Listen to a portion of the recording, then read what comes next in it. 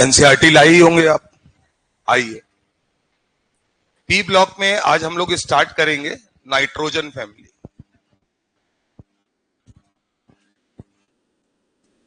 शुरुआती पोर्शन है तो इसमें कोई ज्यादा चक्कर है नहीं। क्या लिखा है, क्लास 11th में आपने पढ़ा है पी ब्लॉक एलिमेंट, जो कोर्स में है नहीं और आपने तो खैर पढ़ा ही नहीं है। केमिकल बॉन्डिंग में हमने आपको पढ़ा दिया है, लेकिन are placed in group 13 to 18, 13 से लेकर 18 तक, यानी कि बोरॉन फैमिली से लेकर इनर्ट गैसेस तक पी ब्लॉक एलिमेंट्स हैं of the periodic table. Their valence shell electronic configuration, उनके लास्ट शेल का इलेक्ट्रॉनिक कन्फ्यूग्रेशन क्या होगा? या तो NS2 NP1 होगा, NP2 NP3 NP4 NP5 NP6। तो NP1 से स्टार्ट होगा बोरॉन फैमिली और NP6 जाते जाते वो हो जाएगा इनर्ट गैस। आगे लिखा है कि इसमें किसको छोड़कर, except helium which has 1s2 configuration. ठीक है, the properties of p block element, यानी ये बता रहा है कि अपन इसको पी ब्लॉक में कंसीडर नहीं करते। जो मैंने आपको पहले भी बताया है कि हीलियम को कन्फ्यूग्रेशन के आधार पे एस ब्लॉक में रखा गया है, लेकिन प्रॉपर्टीज के आधार पे पी ब्लॉक के साथ उसको पढ़ लेते हैं। आते हैं sir. The p block elements like that of others are greatly influenced by atomic size, ionisation enthalpy, electron gain enthalpy and electronegativity. The absence of d orbital in second period, यानी कि अगर हम नाइट्रोजन फैमिली की बात कर रहे हैं तो नाइट्रोजन, बोरॉन फैमिली की बात कर रहे हैं तो बोरॉन, कार्बन फैमिली की बात कर रहे हैं तो कार्बन, और ऑक्सीजन फैमिली की बात कर रहे हैं तो ऑक्सीजन, और हेलोजन फैमिली की बात कर रहे हैं तो फ्लोरीन। इसमें क्या नहीं पाया जाता है कि सेकेंड पीरियड में नहीं पाया जाता है D orbital. Presence of D and f orbital in heavier element, जैसे जैसे सेकेंड पीरियड से नीचे आएंगे तो आपको 3D 4D मिलना शुरू हो जाएगा, फिर 4F मिलेगा। तो स्टार्टिंग फ्रॉम थर्ड पीरियड यानी तीसरे पीरियड से मिलना शुरू हो जाता है। Effect on the properties of elements, in addition the presence of all the 3 types of element. 3 प्रकार के एलिमेंट है क्या? या तो मेटल हो सकते हैं, या मेटलॉइड होंगे जिनके अंदर मेटल और नॉन मेटल दोनों की प्रॉपर्टीज होंगी, और तीसरा है non metal. Bring diversification in chemistry of this element. आइए सर, यहां से शुरू करते हैं खेल। कॉपी में हेडिंग डालिए नाइट्रोजन फैमिली।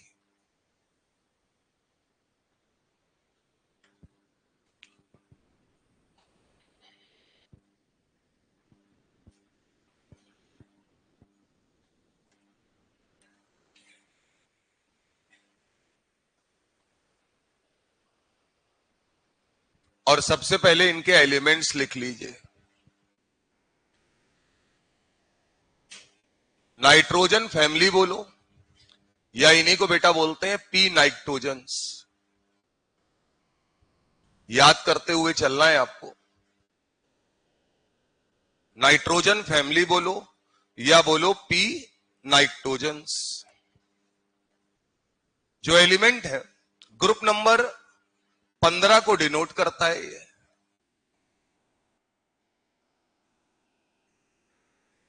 और ग्रुप नंबर 15 में नाइट्रोजन, फॉस्फोरस, आर्सेनिक, एंटीमनी और बिस्मिथ, ये 5 एलिमेंट आते हैं।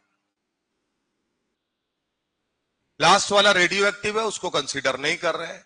नाइट्रोजन का एटॉमिक नंबर लिखिएगा 7, फॉस्फोरस का 15, आर्सेनिक में 18 का डिफरेंस होगा 33, और एंटीमनी में बात करेंगे तो फिर से 18 का डिफरेंस होगा यानी 51, और 32 का डिफरेंस होगा बिस्मिथ के लिए तो 83।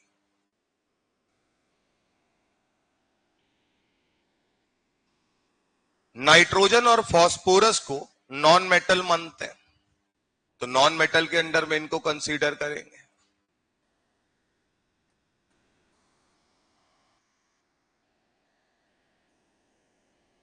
आर्सेनिक और एंटीमनी मेटलॉइड्स में आते हैं।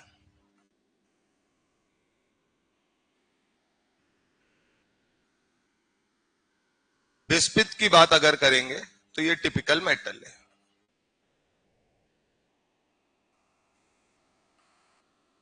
या मेटल भी लिख लीजिए तो काम चल जाएगा। तो पहले पता होना चाहिए कि कौन सा एलिमेंट कैसा है, क्या है।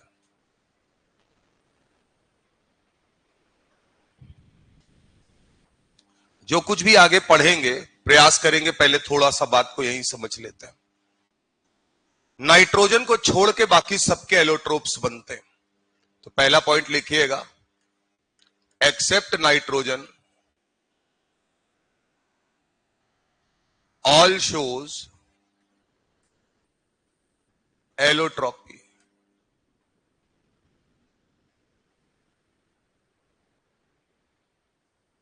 नाइट्रोजन को छोड़कर बाकी सारे एलिमेंट क्या करते हैं, एलोट्रोपी को शो करते हैं, यानी एलोट्रोप्स बनाते हैं। नाइट्रोजन नहीं बनाता।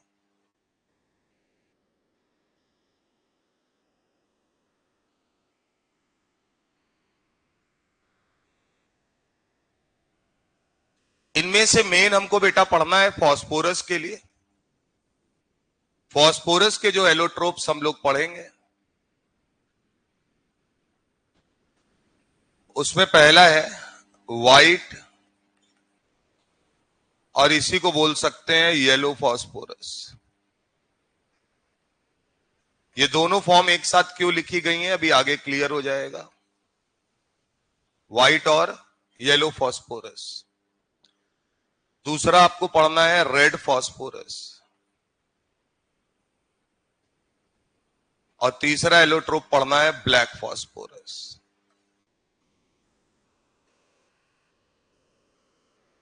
इन तीनों में याद रखिएगा, पूछा जाता है most stable, thermodynamically most stable allotrope कौन सा है फास्फोरस का, तो बेटा अपने को याद रखना है कौन सा वाला होता है, ब्लैक फास्फोरस। मोस्ट थर्मोडायनेमिकली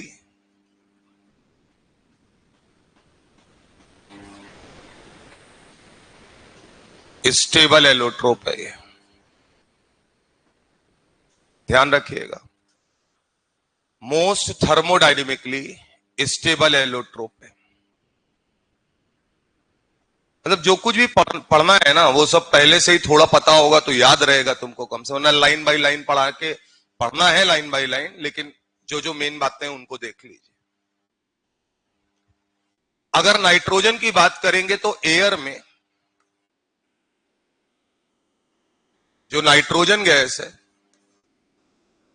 वो लगभग 78% है। एयर में नाइट्रोजन गैस का जो कंट्रीब्यूशन है वो लगभग 78% है।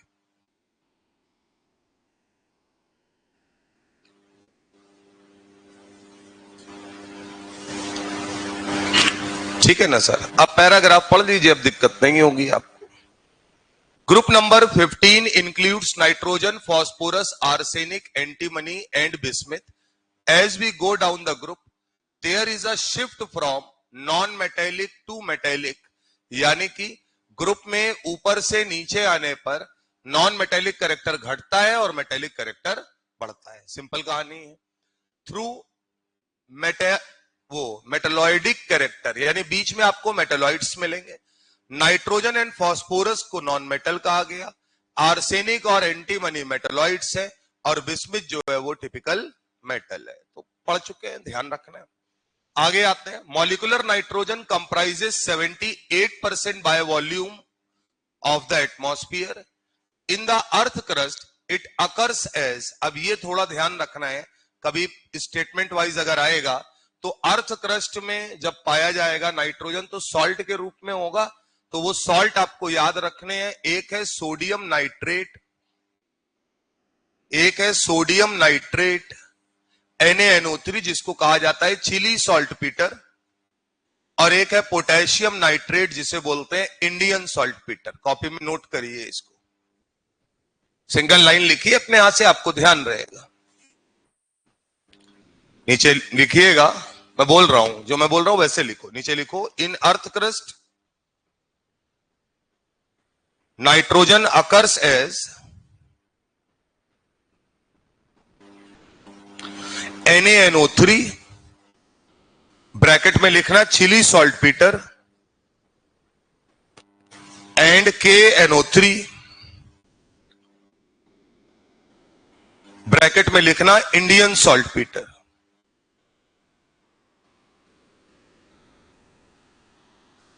ठीक बात है, इतना ध्यान रखना। It is found in the form of protein in the plant and animals. Phosphorus occurs in, अब इसके बारे में, ये तो नाइट्रोजन की कहानी हो गई। नाइट्रोजन के लिए क्या क्या आ गया, सुनिएगा तो याद हो जाएगा। पहला पॉइंट बताइए, नाइट्रोजन का एयर में परसेंटेज कितना है, 78%। यही बोल के यही खत्म कर लो। नाइट्रोजन का परसेंटेज एयर में कितना है, 78%। अर्थ क्रस्ट में नाइट्रोजन दो सॉल्ट के रूप में मिलता है। NaNO3 का नाम बोलो, चिली सॉल्टपीटर।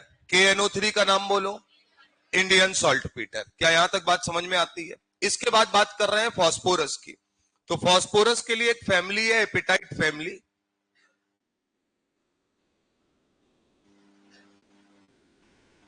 देखना भैया, phosphorus of the apatite family. Apatite family के फॉर्मूले ध्यान रखिए। तो जनरल फॉर्मूला है Ca9PO4 का होल 6 CaX2। कॉपी में लिखो भाई, पूछ लेता है, डायरेक्ट स्टेटमेंट आएगा।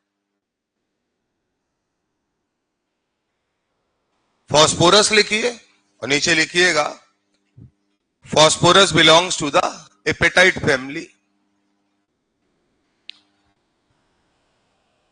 और उसका फॉर्मूला लिखिए Ca9PO4 का होल 6 डॉट CaX2, जहां X है FCl और OH, BRI नहीं है दोस्त। अगर F लगा दोगे तो नाम क्या होगा, फ्लोरो एपेटाइट। बोलो सर। Cl लगा दोगे तो क्लोरो एपेटाइट, OH लगा दोगे तो हाइड्रोक्सी एपेटाइट। ठीक बात है।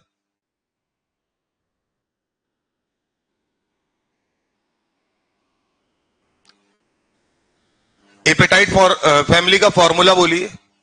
Ca9, इधर देखिए उधर मत देखिए, Ca9PO4 का होल 6 डॉट CaX2, जहां X का क्या है, फ्लोरीन हो सकता है, क्लोरीन हो सकता है और OH हो सकता है। क्या इतनी बात याद रखनी है?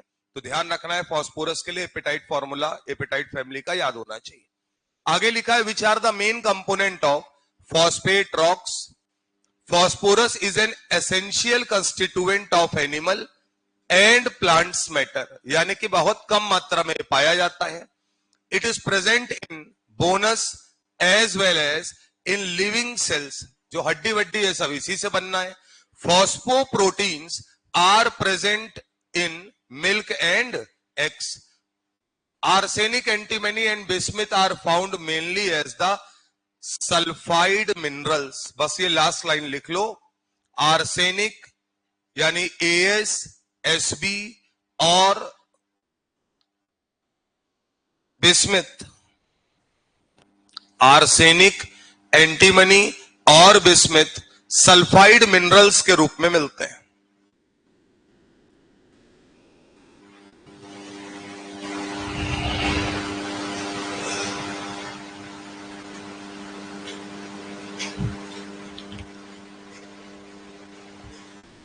ठीक है सर।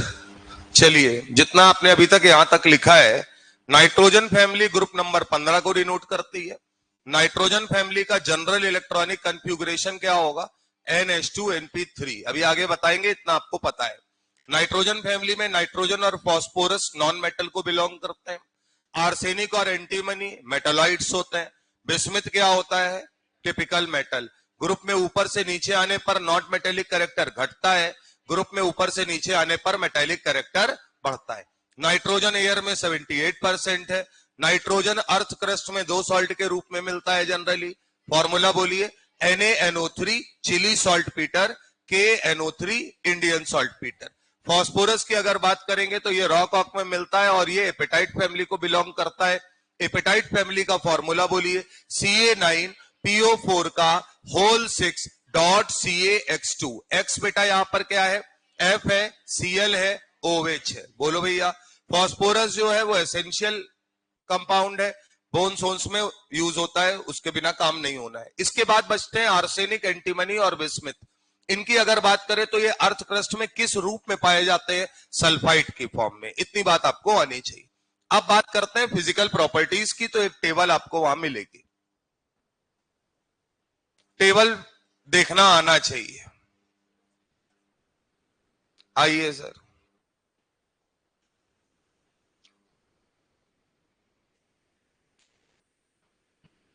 अब अगर बात करें, एक एक करके लिखते जा रहे हैं, जरा आप हमको बताते चलिए।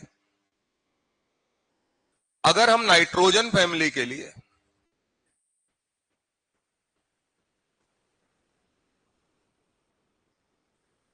सबसे पहले अगर हम बात करें तो जनरल इलेक्ट्रॉनिक कन्फ्यूगरेशन,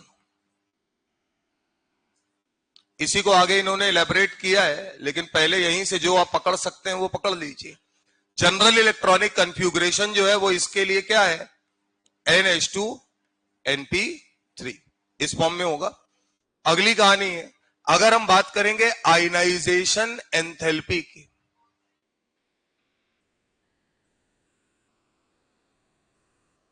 आयनाइजेशन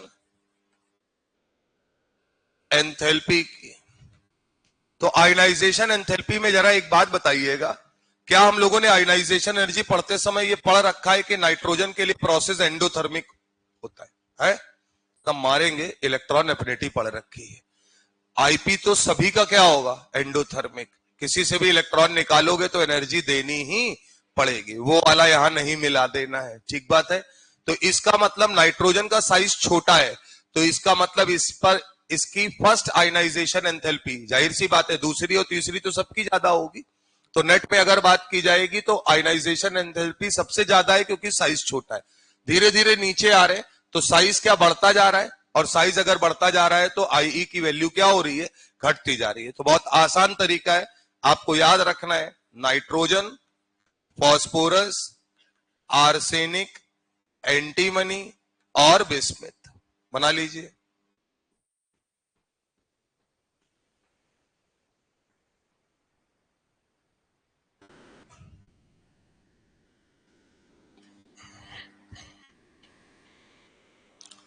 और ये तो हम सबको पता है कि जो नेक्स्ट आयनाइजेशन एनर्जी होती है या एंथैल्पी होती है वो हमेशा क्या होगी, पिछले वाले से ज्यादा ही होगी, क्योंकि कैटायन बनेगा तो साइज छोटा हो जाएगा, इलेक्ट्रॉन निकालना मुश्किल होगा, है ना। तो वो डेटा रटने की कोई जरूरत नहीं है। अगला टर्म है इलेक्ट्रोनेगेटिविटी। क्या साफ दिख रहा है कि इलेक्ट्रोनेगेटिविटी ऊपर से नीचे आने पर घट रही है? लगभग सबसे ज्यादा नाइट्रोजन है, फिर फॉस्फोरस और आर्सेनिक के लगभग सेम है। तो मैं बोल सकता हूं नाइट्रोजन, फॉस्फोरस, आर्सेनिक और लास्ट में इन्होंने एंटीमनी और बिस्मिथ की अप्रोक्सीमेटली क्या लिख दी है, सेम है।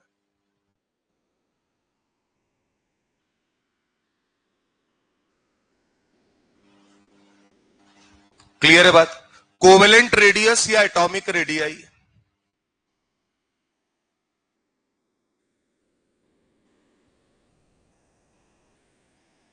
क्या ऊपर से नीचे आने पर साइज बढ़ रहा है? तो आपको साफ दिखना चाहिए कि जो कोवेलेंट रेडियस का डेटा है वो जैसे जैसे आप नीचे आ रहे हैं कोवेलेंट रेडियाई क्या कर रही है, लगातार बढ़ रही है। तो आसान है, ये सब तुम कर चुके हो दोस्त।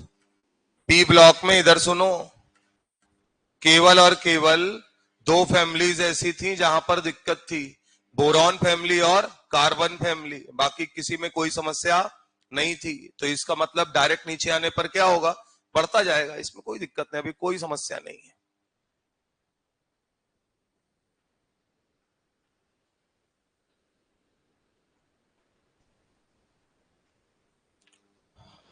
अगली कहानी है सर आयनिक रेडियाई,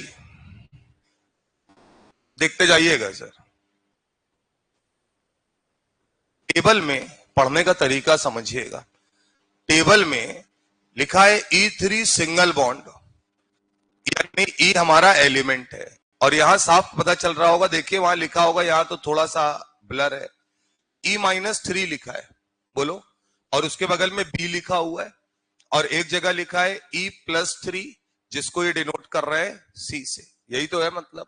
तो इसका मतलब सीधा सा है कि जब मैं -3 की बात करूंगा तो इलेक्ट्रॉन एक्सेप्ट करने की, और जब मैं इलेक्ट्रॉन देने की बात करूंगा तो मैं बात +3 की करूंगा। तो क्या हम लोगों ने पढ़ा है, ग्रुप में ऊपर से नीचे आने पर नॉन मेटेलिक कैरेक्टर घटता है, मेटेलिक कैरेक्टर बढ़ता है।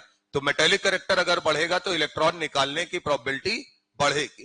तो इसलिए जो यहां पर आयनिक रेडियाई दी गई है वो किसके लिए दी है? अगर बात करेंगे तो जब ये -3 बनाएंगे तो ऊपर से नीचे आने पर रेडियाई बढ़ रही है, बात समझना।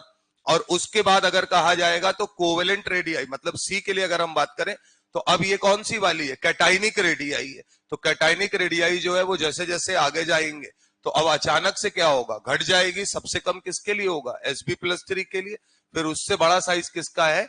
Bi+3 का। तो अगर मुझे इसको अच्छे से लिखना है तो क्या मैं ऐसे ना लिख दूं कि जो आयनिक रेडियाई है उसका जो ऑर्डर है वो N-3, P-3 और As-3, यानी इनके रिस्पेक्ट में ये आयनिक रेडियाई लगातार बढ़ती हुई मिलेगी। और उसके बाद अगर हम बात कर रहे हैं तो आपको दिख रहा होगा अब 76 हो गया, यानी एंटीमनी के लिए सबसे कम है। यानी Sb को सबसे पीछे रखो और +3, और इससे बड़ा साइज किसका हो जाएगा? सॉरी नहीं, ठीक तो है। इससे बड़ा साइज किसका हो जाएगा? Bi+3 का। और एनाइनिक रेडियाई हमेशा बड़ी होगी किससे? जो भी आपकी कैटाइनिक रेडियाई होगी। तो जितनी भी एनाइनिक रेडियाईज हैं वो सब की सब, इतने पोर्शन को गौर से देखना, वो सब की सब कैटाइनिक रेडियाई से क्या है? जाता है। बात समझ में आती है? बना लीजिए, क्योंकि अगर इस तरीके से आए तो फांस देगा आपको।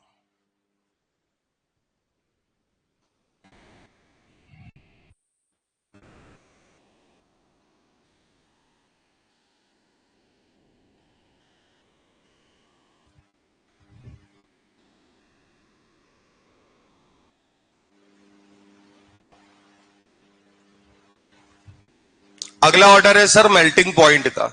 मेल्टिंग पॉइंट की बात करें तो नाइट्रोजन तो गैसियस अवस्था में मिलेगा, लेकिन नाइट्रोजन के बाद के जितने भी एलिमेंट है सब सॉलिड फॉर्म में पाए जाते हैं। किस फॉर्म में पाए जाते हैं? सॉलिड में। नीचे लिखिएगा, nitrogen exist in gaseous state except these other element exist as solid। Allotropes बना रहे तो जाहिर सी बात है कि मॉलिक्यूलर वेट बढ़ जाएगा।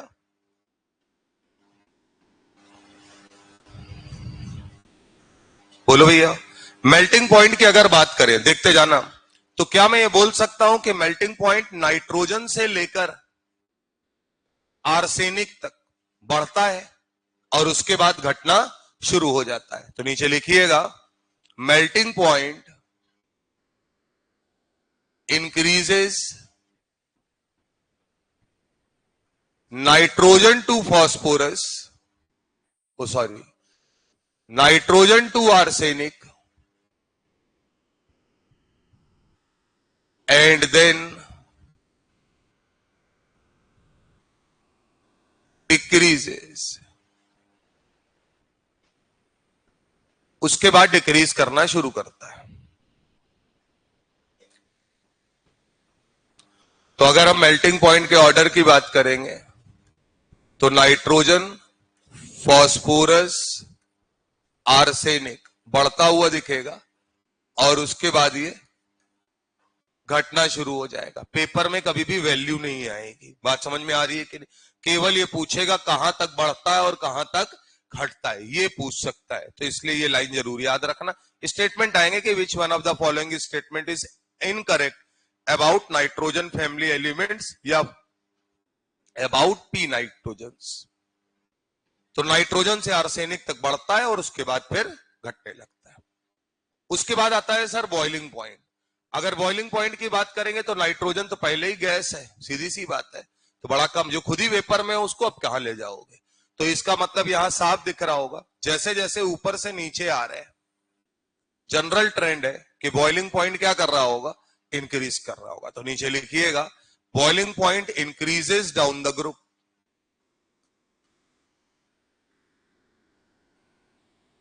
इतने से काम हो जाएगा आपको। Boiling point increases down the group, और इंक्रीजेस में आपको लग रहा होगा एंटीमनी और बिस्मिथ में थोड़ा चेंज है, तो लगभग ही बराबर है यार, वो है ना, इतना जान लड़ाने की जरूरत नहीं है। केल्विन में दिया हुआ है, खुद ही समझदार हो कि कितना डिफरेंस आ रहा है, 23 केल्विन का डिफरेंस आ रहा है, वो कोई बहुत बड़ा डिफरेंस नहीं है। डेंसिटी पे आइए सर, अगर बात की जाएगी तो जाहिर सी बात है कि ऊपर से नीचे आने पर सॉलिड बिहेवियर बढ़ रहा है, तो डेंसिटी क्या करेगी, बढ़ती हुई मिलेगी। तो अगला पॉइंट लिखिएगा, डेंसिटी इंक्रीजेस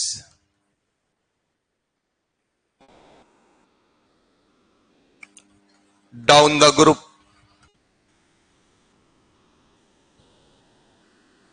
ये चार्ट को पढ़ने का तरीका है सर, एनसीईआरटी में आप चार्ट छोड़ के बाकी सब पढ़ते हैं, तो ध्यान रखिएगा, डायरेक्ट सवाल वो टेबल से निकाल के दे सकता है। उसके बाद अलग है कि फिर उन्होंने थोड़ा थोड़ा लिखा है हर एक के बारे में, वो पढ़ लेंगे, बट मेन बात इतना हम लोग देख सकते हैं। एक बार फटाफट देखिए जल्दी से जितनी बातें लिखी हैं और हमको बताइए।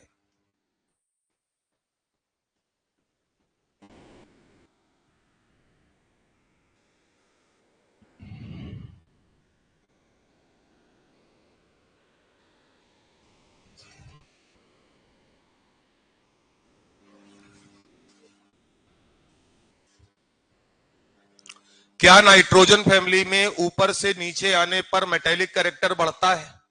हाँ नहीं में जवाब दो दोस्त।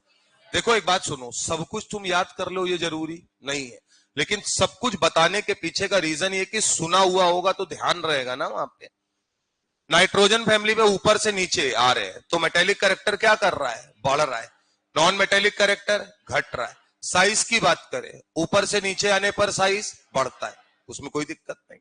अगली कहानी, अब हमको ये बताइएगा, अगर मैं इलेक्ट्रोनेगेटिविटी की बात करूं तो क्या ऊपर एलिमेंट का साइज छोटा है, नीचे बड़ा है? और बड़ा क्या है, मेटेलिक कैरेक्टर बढ़ रहा है तो इलेक्ट्रोनेगेटिविटी कम हो रही होगी।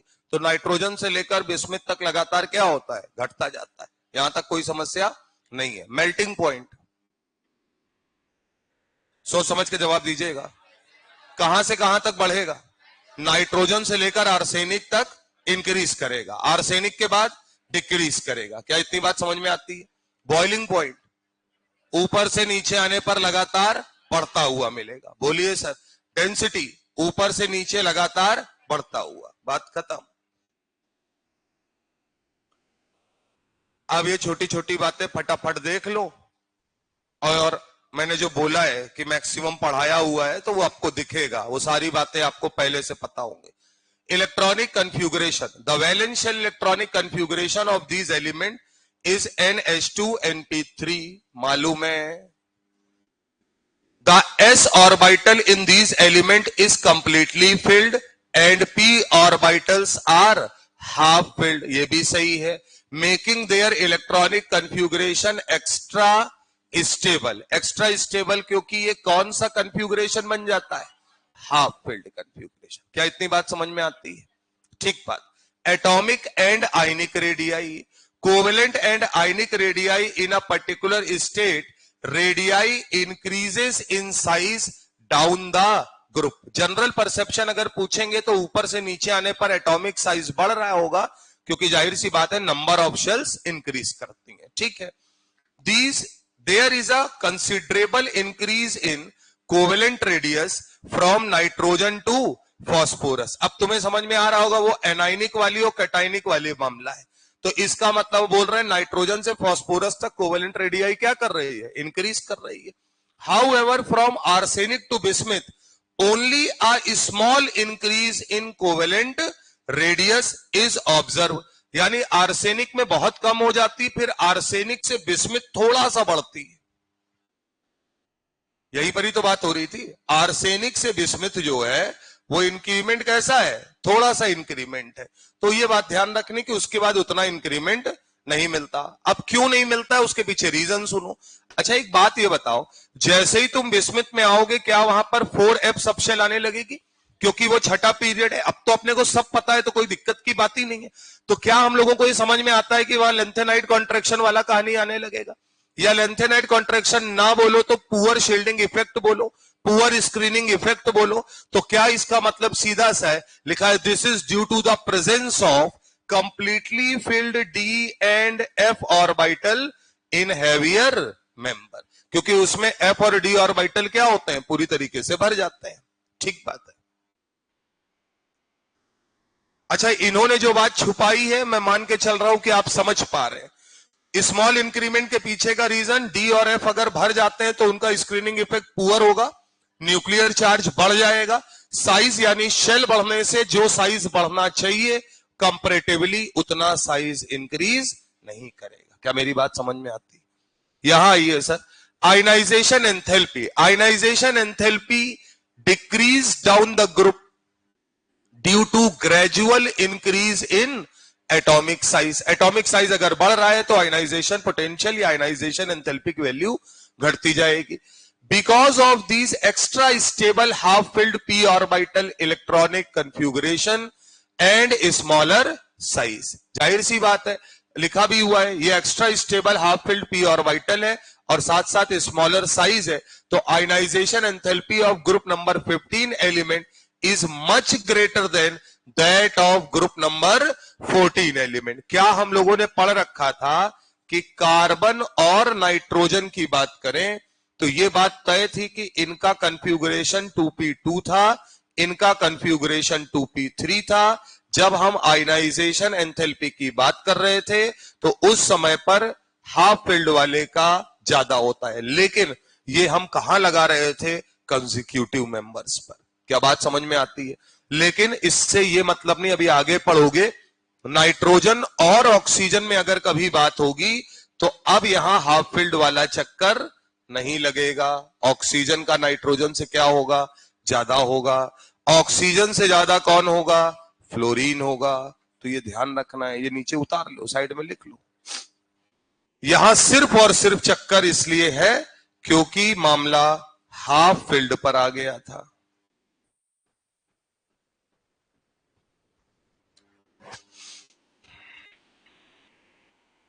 क्योंकि मामला हाफ फील्ड पर था, हाफ फील्ड सबशेल है।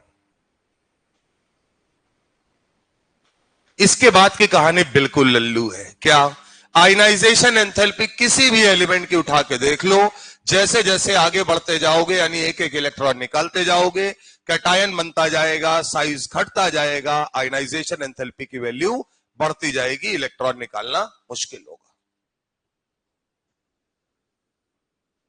ये जरूर ध्यान रखना, ये नहीं कि लगा दिया हाफ फील्ड वाले का कंसेक्यूटिव मेंबर के रिस्पेक्ट में जाता, उसके बाद जैसे इलेक्ट्रॉन बढ़ते हैं तो जेड इफेक्टिव बढ़ता है, जेड इफेक्टिव बढ़ेगा तो इलेक्ट्रॉन निकालना मुश्किल पड़ेगा, सीधा फंड है।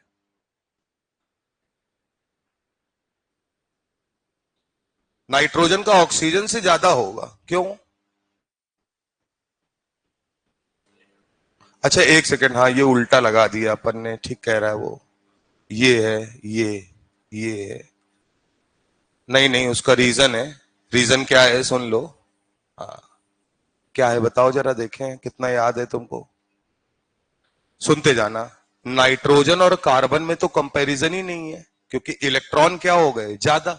लेकिन नाइट्रोजन और ऑक्सीजन में जब कंपेयर करेंगे तो इन दोनों में कौन सा कन्फ्यूगरेशन है, वही, इसमें हाफ फील्ड है, इससे एक इलेक्ट्रॉन निकालोगे तो निकालने पर ये बनेगा 2p3 और ये बनेगा 2p2। बोलो, तो जाहिर सी बात है कि दोनों में जो ज्यादा स्टेबल होगा वो इलेक्ट्रॉन आसानी से नहीं देगा। ठीक कर लो, सही कह रहा है वो, बना लो, गलत बोल दिया ये।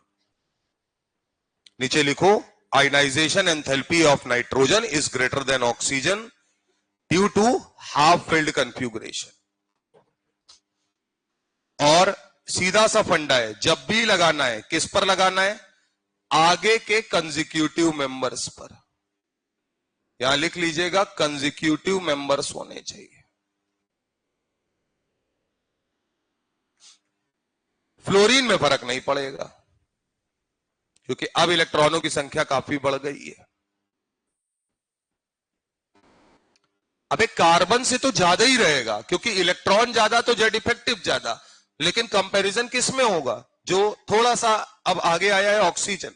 अच्छा, इसी में हम लोगों ने देखो जरा, क्या ये पढ़ा था, नाइट्रोजन और ऑक्सीजन 2p3 2p4 IE1 या IE ही लिख लो, तो किसका ज्यादा, नाइट्रोजन का। रीजन क्या था, हाफ फिल्ड, ठीक है ना।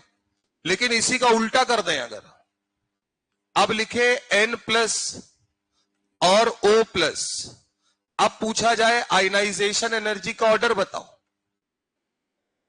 तो अब कंपैरिजन तो अब नए कॉन्फ़िगरेशन पर होगा। तो अब इस परिस्थिति में हाफ फिल्ड कौन हो जाएगा, ऑक्सीजन, और ये क्या रहेगा 2p2। तो इसलिए अब किसका ज्यादा होगा, O+ का। बना लीजिए, नीचे लिख लीजिएगा, O+ का N+ से ज्यादा होगा। अच्छा, एक बात और सुन लो, इधर देखो, जब चार्ज आ जाता है, बात समझना, तो हम लोग फिर यहां पर साइज वाइज वाला फैक्टर कंसीडर नहीं करेंगे। क्लियर है मामला।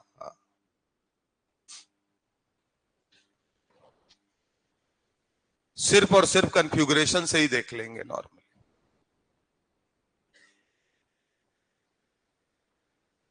अगला टर्म इलेक्ट्रोनेगेटिविटी, वो साफ बता रहा है कि ग्रुप में ऊपर से नीचे आने पर जनरल डिक्रीज डाउन, यानी इलेक्ट्रोनेगेटिविटी घटती जाती है क्योंकि एटॉमिक साइज बढ़ता जाता है।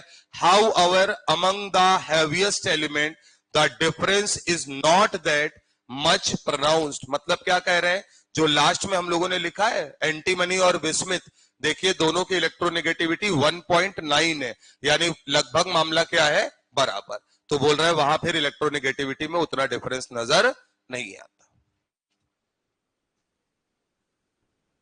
फिजिकल प्रॉपर्टीज जो अभी बताया है, ये बताओ कौन एलोट्रोप नहीं बनाएगा, नाइट्रोजन।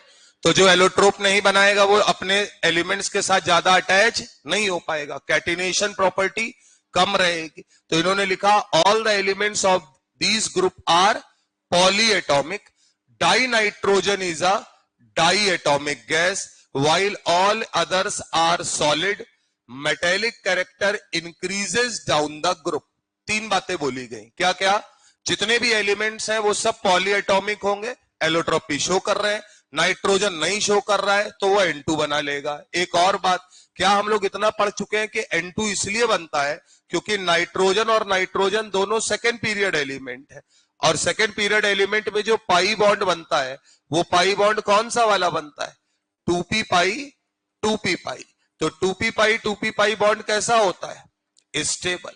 लेकिन अगर बेटा अभी हम यही बात फास्फोरस की करेंगे, तो फास्फोरस कभी भी पाई बॉन्ड का फॉर्मेशन अपने ही एलिमेंट के साथ नहीं कर पाएगा। उसका रीजन, ये वाला पाई बॉन्ड जब बनेगा तो ये किस ओवरलैपिंग से बनेगा, 3p पाई 3p पाई। लिखा पढ़ी में तो लिख कुछ भी सकते हैं, लेकिन पढ़ाया था कि 3p पाई ओवरलैपिंग कैसी होती है, हाईली अनस्टेबल। तो इसका मतलब सीधा सा है कि इनको अगर आपस में जोड़ना है, अपना ऑक्टेट पूरा करना है, तो क्या अपने ही एलिमेंट के साथ जुड़ते हुए जाना पड़ेगा, यानी चेन स्ट्रक्चर फॉर्म करना पड़ेगा। ठीक बात है। आगे आते हैं, nitrogen and phosphorus are non metals, बता चुके। आर्सेनिक एंटीमनी मेटलॉइड है, बता चुके। बिस्मिथ इज अ मेटल, पता है। This is due to decrease in ionisation enthalpy and increase in atomic size. जाहिर सी बात है, मेटेलिक कैरेक्टर बढ़ने का मतलब इलेक्ट्रॉन को रिलीज करने की टेंडेंसी बढ़ना।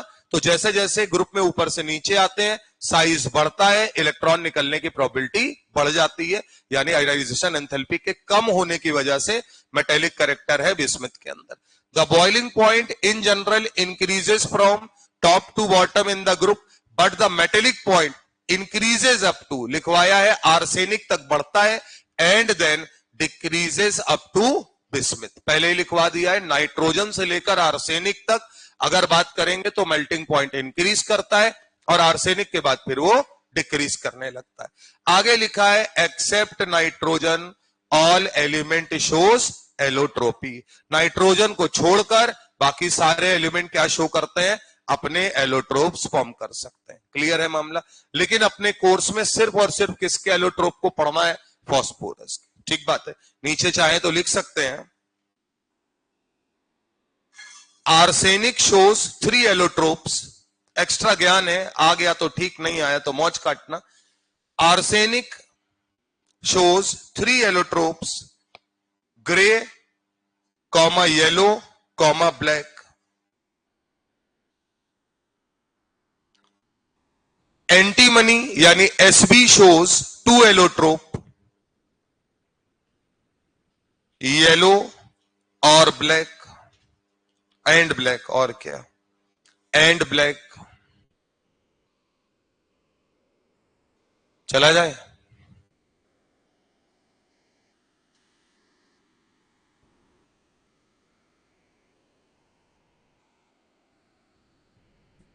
अगला हेडिंग है केमिकल प्रॉपर्टीज, जिसमें बात कर रहे हैं ऑक्सीडेशन स्टेट की। सुनिएगा सर, जितना पढ़ लिए हैं उतनी बात में मेन पॉइंट क्या है। पहला हमको यह बताइए कि नाइट्रोजन फैमिली में, अब घुमा के पूछ रहा है, गैसियस एलिमेंट कौन है? बाकी सब सॉलिड। क्या ये बात क्लियर है? नाइट्रोजन फैमिली का जनरल इलेक्ट्रॉनिक कॉन्फ़िगरेशन क्या है? NH2NP3। नाइट्रोजन फैमिली में ऊपर से नीचे आने पर साइज में क्या आता है मामला? इंक्रीज करता है। नाइट्रोजन फैमिली में ऊपर से नीचे आने पर मेटेलिक कैरेक्टर बढ़ता है या घटता है? बढ़ता है। नॉन मेटेलिक कैरेक्टर घटता है। आयनाइजेशन एनर्जी, आराम से सोच के, जब तुम कह रहे हो बेटा ऊपर से नीचे आने पर साइज जो है वो बढ़ता है, तो आयनाइजेशन एनर्जी क्या करती होगी? घटती होगी। क्या ये बात क्लियर है? नाइट्रोजन और ऑक्सीजन में आयनाइजेशन एनर्जी किसकी ज्यादा? नाइट्रोजन की। रीजन, हाफ फिल्ड शेल उसके अंदर सब शेल मौजूद है। क्लियर है बात? N+ और O+ में किसकी ज्यादा? O+। क्यों? हाफ फिल्ड सब शेल मौजूद है। क्या ये बात क्लियर है? ठीक है। नाइट्रोजन फैमिली में बॉइलिंग पॉइंट ऊपर से नीचे आने पर बढ़ेगा, कुछ कोई चक्कर नहीं है। मेल्टिंग पॉइंट नाइट्रोजन से लेकर आर्सेनिक तक बढ़ेगा, उसके बाद घटे। क्या ये बात समझ में आती है? नाइट्रोजन जो है वो अर्थ क्रस्ट में 2 फॉर्म में पाया जाता है। चिली सॉल्ट पीटर का फॉर्मूला बताओ, इंडियन सॉल्ट पीटर का फॉर्मूला बताओ। फॉस्फोरस एपेटाइट फैमिली को बिलोंग करता है। एपेटाइट फैमिली का जनरल फॉर्मूला बताइए। क्या आप ये कह रहे हैं Ca9PO4 का होल 6 डॉट CaF2, हाँ, या CaX2 बोल दे। X यहां पर फ्लोरीन हो सकता है, क्लोरीन हो सकता है और OH हो सकता है। क्लियर है मामला? नाइट्रोजन और फास्फोरस क्या है? मेटल, नॉन मेटल या मेटलॉइड्स? Non metal. आर्सेनिक और एंटीमनी बोलिए, और बिस्मिथ टिपिकल मेटल है। क्या ये बात समझ में आती है? डेंसिटी की बात करें तो ऊपर से नीचे आने पर नॉर्मली क्या करेगी? इंक्रीज करेगी। ठीक बात है। नाइट्रोजन एलोट्रोपी शो करता है या नहीं करता? नहीं करता। नाइट्रोजन को छोड़ के बाकी सभी लोग एलोट्रोप्स बनाते हैं। क्या वो अपने ही एलिमेंट के साथ पाई बॉन्ड का फॉर्मेशन कर सकते हैं? नहीं कर सकते। रीजन, क्योंकि 3p पाई 3p पाई 4p पाई 4p पाई टाइप के जो बॉन्ड होते हैं वो हाईली अनस्टेबल होते हैं। तो इसका मतलब इनको अगर भविष्य में जुड़ना है तो क्या सिंगल बॉन्डेड जुड़ना पड़ेगा? बोलिए सर। ठीक है। अगला है केमिकल प्रॉपर्टी, ऑक्सीडेशन स्टेट की बात करें। नॉर्मली तो हम लोगों ने रिडॉक्स में पढ़ा कि नाइट्रोजन फैमिली में वैलेंस इलेक्ट्रॉन 5 है, मिनिमम ऑक्सीडेशन नंबर -3 और मैक्सिमम ऑक्सीडेशन नंबर +5। यही तो है सर। आइए, the common oxidation state of these elements are -3, +3 and +5। Note करिए, लिखते चलिए इसको। पहला पॉइंट लिखो, हेडिंग डालो केमिकल प्रॉपर्टीज और उसमें लिखिए oxidation state and chemical reactivity. लिख लोगे अपने हाथ से तो याद रहेगा ना, नहीं किताब में तो सब लिखा है। कॉमन ऑक्सीडेशन स्टेट -3 से लेकर +3 और +5, ये 3 ऑक्सीडेशन स्टेट ये लोग नॉर्मली दिखाते हैं। या तो -3 या +3 या +5। इसके बीच में भी दिखा सकते हैं। कॉमन मतलब ज्यादातर कंपाउंड इन्हीं ऑक्सीडेशन स्टेट में मिलते हैं। The tendency to exhibit -3 oxidation state decreases down the group. सुनना, माइनस का मतलब इलेक्ट्रॉन को एक्सेप्ट करने की टेंडेंसी। जाहिर सी बात है, जैसे जैसे एटम का साइज बढ़ता जाएगा इलेक्ट्रॉन को लूज करने की टेंडेंसी बढ़ती है, मेटेलिक कैरेक्टर बढ़ता है। तो हम बोल सकते हैं कि ऊपर से नीचे डाउन हो रहा है इसलिए क्योंकि मेटेलिक कैरेक्टर इंक्रीज कर रहा है। आगे लिखा है down the group due to increase in size और मेटेलिक कैरेक्टर, वही बात लिखी हुई है सर। अगला पॉइंट, तो दूसरा पॉइंट लिखिए। पहला पॉइंट कॉमन ऑक्सीडेशन स्टेट आपने लिखा। दूसरा पॉइंट लिखिए oxidation state -3 top to bottom, ऐसे बना लो कॉपी में, टॉप टू बॉटम क्या करेगी? डिक्रीज करेगी, डिक्रीजेस। डिक्रीज करने का कारण आईपी की वैल्यू कम हो रही है, बोलो सर, और मेटेलिक कैरेक्टर जो है वो इंक्रीज कर रहा है।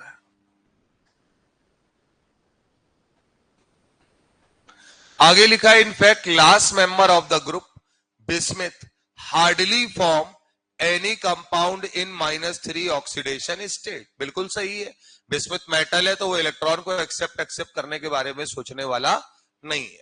आगे लिखा है the stability of +5 oxidation state decreases down the group.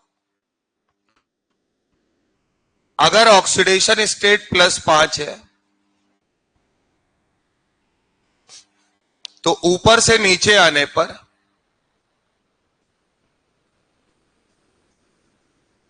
इसकी स्टेबिलिटी क्या करती है? घटती है। अगर आपको याद हो तो पढ़ाया है इनर्ट पेयर इफेक्ट, बोलो बेटा।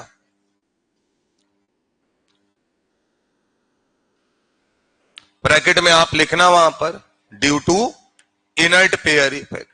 पूरा पढ़ा चुके हैं तो अब इसके बारे में बातचीत नहीं करेंगे ज्यादा। Due to inert pair effect.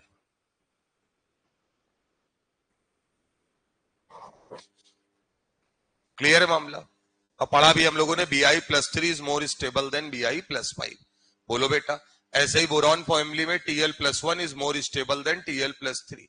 ऐसे ही कार्बन फैमिली में Pb+2 is more stable than Pb+4 due to inert pair effect. NH2 electron जो होता है वो फंस जाता है क्योंकि जो F सबशेल है और D सबशेल में इलेक्ट्रॉन है उनका पुअर स्क्रीनिंग इफेक्ट है।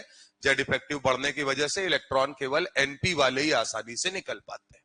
ठीक है, आगे लिखा है the only well characterised Bi5 compound is BiF5। बना लीजिए सर। पूछा जाता है कि बिस्मिथ जो होता है वो जनरली +5 ऑक्सीडेशन स्टेट नहीं बनाता, लेकिन उसका एक ही कंपाउंड है जो बन सकता है और वो कौन है? Bi+5। ओनली कंपाउंड, ऐसे ही लिखना BiF5 only compound formed in +5 oxidation state. अब मेरी बात सुनो, हम तो यहां से ऐसे निकलने नहीं देंगे। अब आप मुझे ये बताइएगा, ये तो तय है कि इनर्ट पेयर इफेक्ट की वजह से +5 जल्दी शो नहीं करता, लेकिन उसके बावजूद भी ये एग्जिस्ट कर जा रहा है। क्यों कर जा रहा है? क्योंकि Bi+5 और F- क्या ये ऑक्सीडाइजिंग एजेंट है? और Bi+5 भी +3 में जाना चाहता है तो खुद रिड्यूस करना चाहता है, क्योंकि ये भी क्या है? ऑक्सीडाइजिंग है। तो बगल में लिख लीजिए दोनों लोग ऑक्सीडाइजिंग एजेंट है। ये हम लोगों ने पढ़ भी रखा है कि ऑक्सीडाइजिंग एजेंट और रिड्यूसिंग एजेंट एक ही कंपाउंड के अंदर या एक ही रिएक्शन में एक साथ एग्जिस्ट नहीं कर सकते, रेडॉक्स परफॉर्म करते हैं।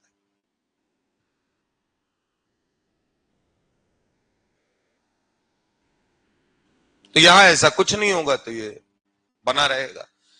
अच्छा ये बस सुन लो, ये थ्योरेटिकल डेटा है, तो अपनी मर्जी से BiCl5, Bi+5 और Cl-1 तो आप बोलोगे कि अच्छा ये भी तो ऑक्सीडाइजिंग एजेंट है, क्योंकि F-1 और Cl-1 को हम किस कैटेगरी में लेते हैं? ऑक्साइडिंग, वो ऑक्सीडाइजिंग एजेंट की कैटेगरी में। तो अपने को ये भी ध्यान रखना है कि रट ना लेना कि वहां भी अपने मन से केवल ViF5 ही एग्जिस्ट करेगा। क्लियर है? आगे की कहानी तुम्हें पता है। The stability of +5 oxidation state decreases and that of +3 oxidation state increases due to inert pair effect. क्योंकि ग्रुप नंबर 13, 14 और 15 में इनर्ट पेयर इफेक्ट लगने की वजह से ऊपर से नीचे आने पर लोअर ऑक्सीडेशन स्टेट की स्टेबिलिटी बढ़ती है, हायर ऑक्सीडेशन स्टेट की स्टेबिलिटी घटती है। क्या बात समझ में आती है? 1.5 लाइनें नोट कर लीजिए, नोट कर लीजिए। The stability of +5 oxidation state decreases and the stability of +3 oxidation state increases due to inert pair effect on going down the group.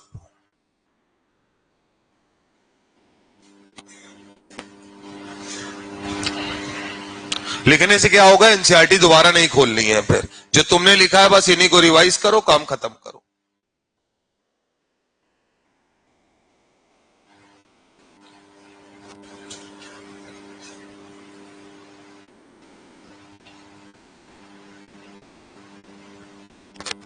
अगली कहानी है सर, नाइट्रोजन एग्जिबिट्स, नाइट्रोजन +1, +2 और +4 ऑक्सीडेशन स्टेट दिखा सकता है। जनरल कॉमन ऑक्सीडेशन स्टेट इस family की -3, +3 और +5 है, लेकिन नाइट्रोजन क्या करता है? +1, +2 और +4 ऑक्सीडेशन स्टेट दिखा सकता है जब ये किसके साथ रिएक्ट करता है? ऑक्सीजन के साथ। लिखिए अगला पॉइंट, नाइट्रोजन एग्जिबिट +1, +2, बोल रहे हैं, लिखो, nitrogen exhibits +1, +2 and +4 oxidation state when it's react with oxygen, when it's react with oxygen.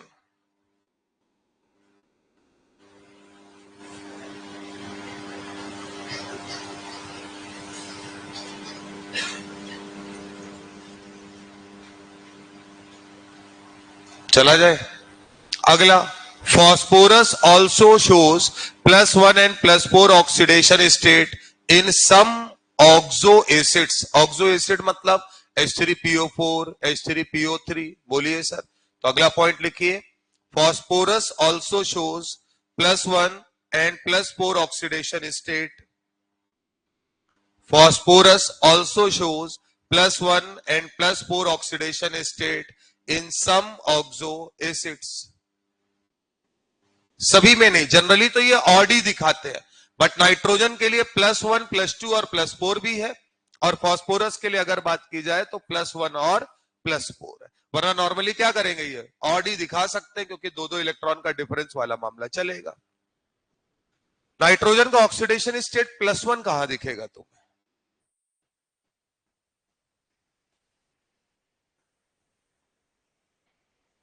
Compound बोलो, N2O बोलो भैया, N2O एग्जिस्ट करेगा या नहीं?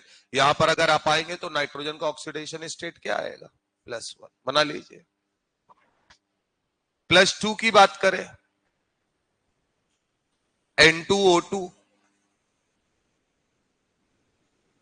NO2 नहीं है,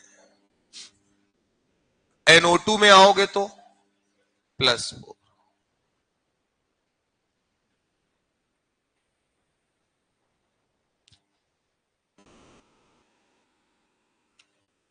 और याद रखना है, क्योंकि NO2 में नाइट्रोजन के पास एक अनपेड इलेक्ट्रॉन होता है, जिसकी वजह से ये एग्जिस्ट करता है N2O4 में, डाइमराइज हो जाता है। बताया था ना, फ्री इलेक्ट्रॉन की वजह से क्या होता है? डाइमराइजेशन होता है।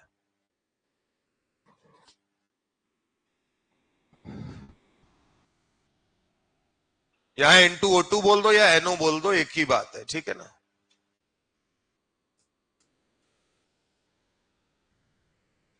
चलो भैया, ये वाला पैराग्राफ जरा एक बार फटाफट पढ़ के बताओ जल्दी से।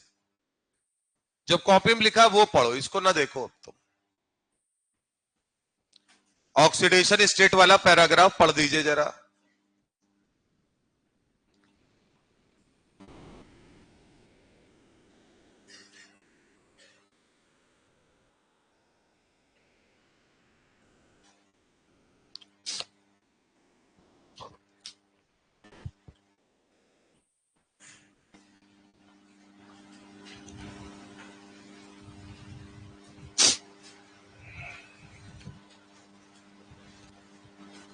चले, आइए इधर देखिए, अब इधर उधर मत देखिएगा, बीचों बीच देखिए, बोर्ड में देखें कितना ध्यान है आपको।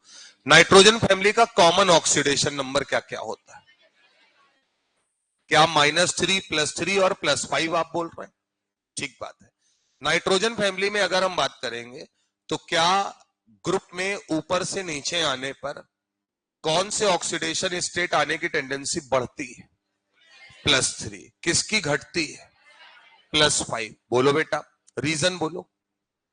Due to inert pair effect. क्या यहां तक बात समझ में आती है? ठीक बात। बिस्मिथ जो है वो +5 में हाईली अनस्टेबल होता है, लेकिन बिस्मिथ का कौन सा कंपाउंड है जो +5 में एग्जिस्ट कर जाता है? Bi+5।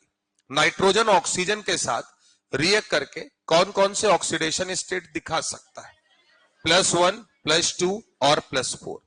फॉस्फोरस अगर अपने ऑक्सो एसिड्स बनाएगा तो वो कौन कौन से ऑक्सीडेशन नंबर दिखा सकता है? +1 और +4। वरना -3 से +5 तो है ही, उसमें कहीं कोई समस्या नहीं। आइए सर,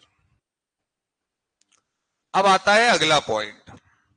ये कह रहे हैं कि अगर नाइट्रोजन जो है उसका ऑक्सीडेशन स्टेट +1 से +4 के बीच में,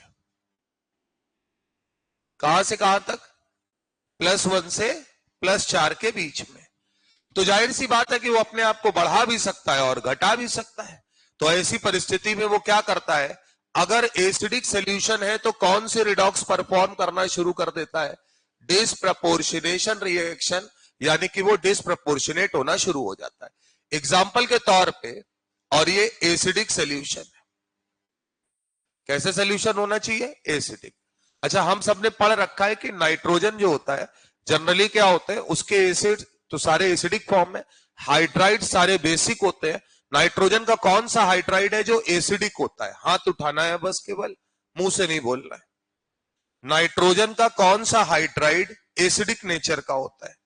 वरना नाइट्रोजन के पास लोन पेयर होता है, वो डोनेट कर देता है दूसरे को, बेसिक नेचर दिखाता है।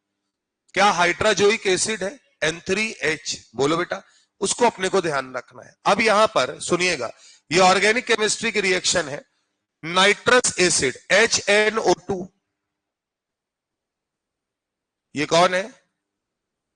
नाइट्रस एसिड है, और ये डिस्प्रपोर्शनेट हो जाता है। तो ये यहां पर अगर हम बात करेंगे तो HNO2 में नाइट्रोजन +3 पर है।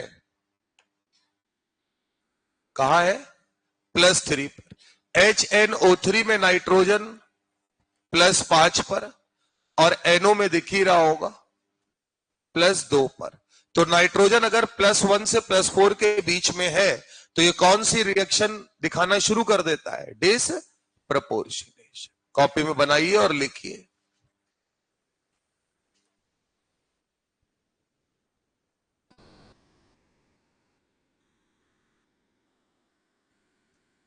कि डिस्प्रपोर्शनेट कर सकता है।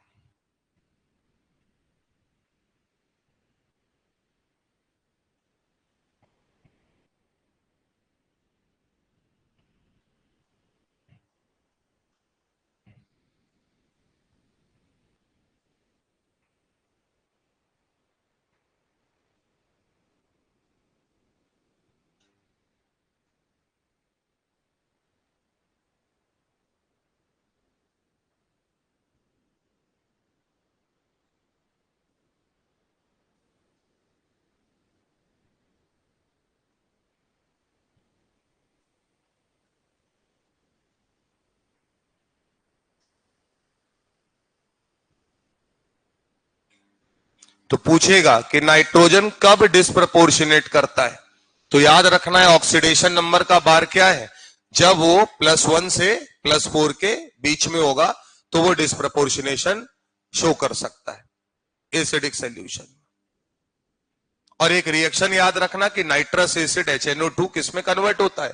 HNO3 + NO में। ठीक है, अगला है similarly in case of phosphorus nearly all intermediate oxidation state, intermediate मतलब बीच की, disproportionate into +5 and -3 both in alkali and acidic medium.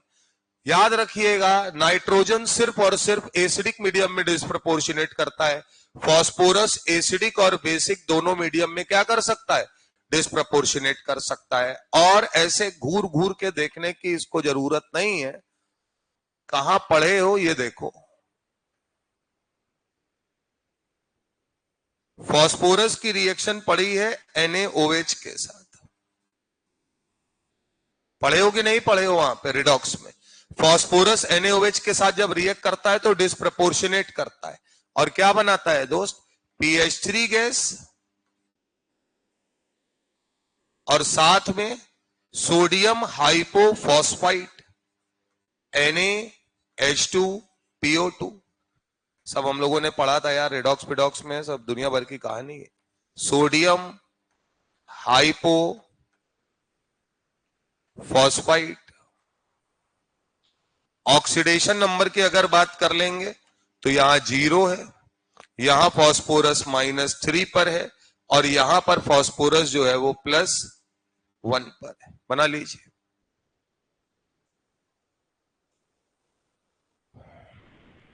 अगला पॉइंट लिखिएगा, similarly in case of phosphorus nearly all intermediate oxidation numbers, यानी कि अगर -3 से +5 के बीच में है तो एल्कलाई मीडियम हो या एसिडिक मीडियम हो, ये आराम से डिस्प्रपोर्शनेट कर सकता है। बस नाइट्रोजन के लिए दिक्कत है कि मीडियम चाहिए, एसिडिक। अच्छा क्यों? इधर सुनो, उसका एक रीजन है कि ये खुद में ही क्या है? एसिडिक नेचर है। तो अगर बेस लाओगे तो वहां तो सॉल्ट प्रिपरेशन होना शुरू हो जाएगा, बोलिए, तो वहां रिडॉक्स परफॉर्म फिर नहीं करेगा।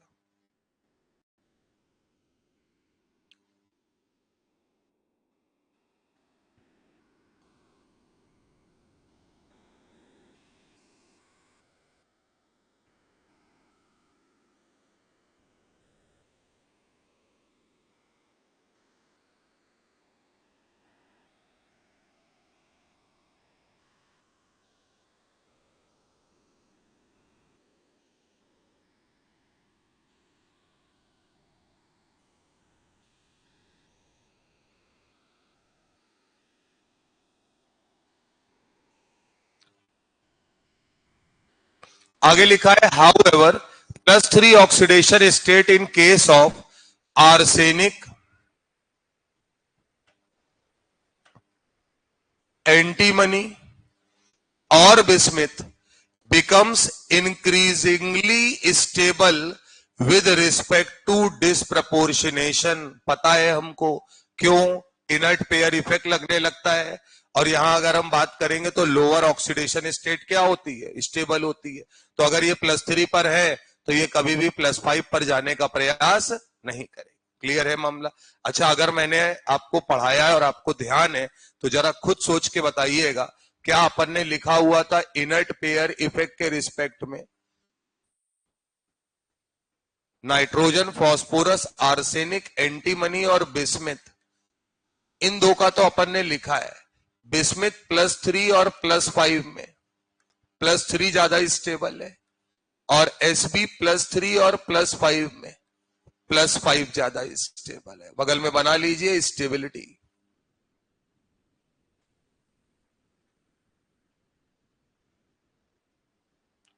दिखाया गया है सर, तो ध्यान रखिएगा। तो ये पैराग्राफ, इतना पोर्शन यहां से लेकर यहां तक क्या सिखाता है ये बताइए। क्या यहां पर डिस्प्रपोर्शनेशन की बात हो रही है? तो कब डिस्प्रपोर्शनेशन होगा और कब डिस्प्रपोर्शनेशन नहीं होगा? याद रखना, जब भी नाइट्रोजन +1 से +4 के बीच में होगा। कहां से कहां तक होगा बोलो? +1 से लेकर +4 के बीच में, तो वो डिस्प्रपोर्शनेट कर सकता है। एग्जाम्पल बोलो, nitrous acid HNO2 acidic medium में डिस्प्रपोर्शनेट करता है किसमें? HNO3 और NO में। क्या बात समझ में आती है? फॉस्फोरस की बात करें तो ये -3 से लेकर +5 के बीच में, अगर ये किसी भी इंटरमीडिएट स्टेज में यानी इनके बीच में है तो ये आराम से डिस्प्रपोर्शनेट कर जाएगा। आर्सेनिक, एंटीमनी और बिस्मिथ अपने लोअर ऑक्सीडेशन स्टेट +3 पर स्टेबल होते हैं तो ये डिस्प्रपोर्शनेट नहीं करते या बहुत कम करते हैं। आगे आते हैं sir. Nitrogen is restricted to a maximum covalency of 4, हम सब लोगों ने ये बात पढ़ रखी और मैंने आपको रटा दिया था केमिकल बॉन्डिंग में कि जब भी सेकंड पीरियड एलिमेंट आएगा 4 से ज्यादा कोवेलेंसी शो नहीं करेगा, और एक ही उसका रीजन है जो बार बार आपके ऊपर थोपा जाएगा, अब्सेंस ऑफ डी ऑर्बिटल। क्या बात समझ में आती है? वही कहानी है, nitrogen is restricted to a maximum covalency of 4 since only 4 यानी एक इलेक्ट्रॉन s में और 3 p में orbitals are available for bonding. The heavier elements have vacant d orbital in the outermost shell which can be used for bonding या covalency and hence expanded their covalency. क्योंकि इनके पास vacant d orbital है तो ये अपनी covalency को क्या कर सकते हैं? एक्सपेंड कर सकते हैं। और फास्फोरस में हम लोगों ने एग्जिस्टेंस और नॉन एग्जिस्टेंस के कंपाउंड पढ़े थे, PF6 माइनस एग्जिस्ट कर जाता है। क्लियर है मामला? तो कॉपी में नीचे लिखो, maximum covalency of nitrogen is 4, maximum covalency of nitrogen is 4 due to absence of vacant d orbital.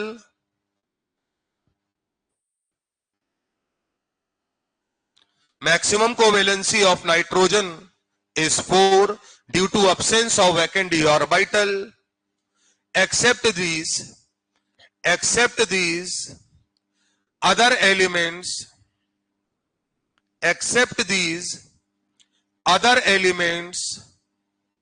of this group can expand their covalency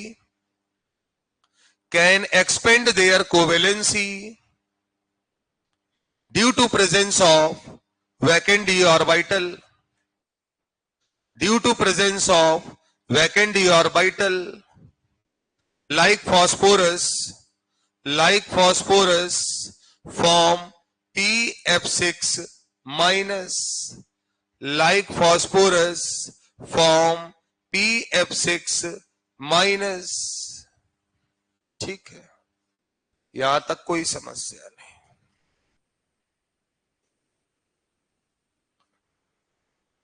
बारहवीं का पेपर दिया है, उसमें ताजा ताजा आप पढ़ के आए होंगे। ऑर्गेनिक में कुछ नहीं पढ़ा होगा तो आपने एमाइंस जरूर पढ़ा होगा।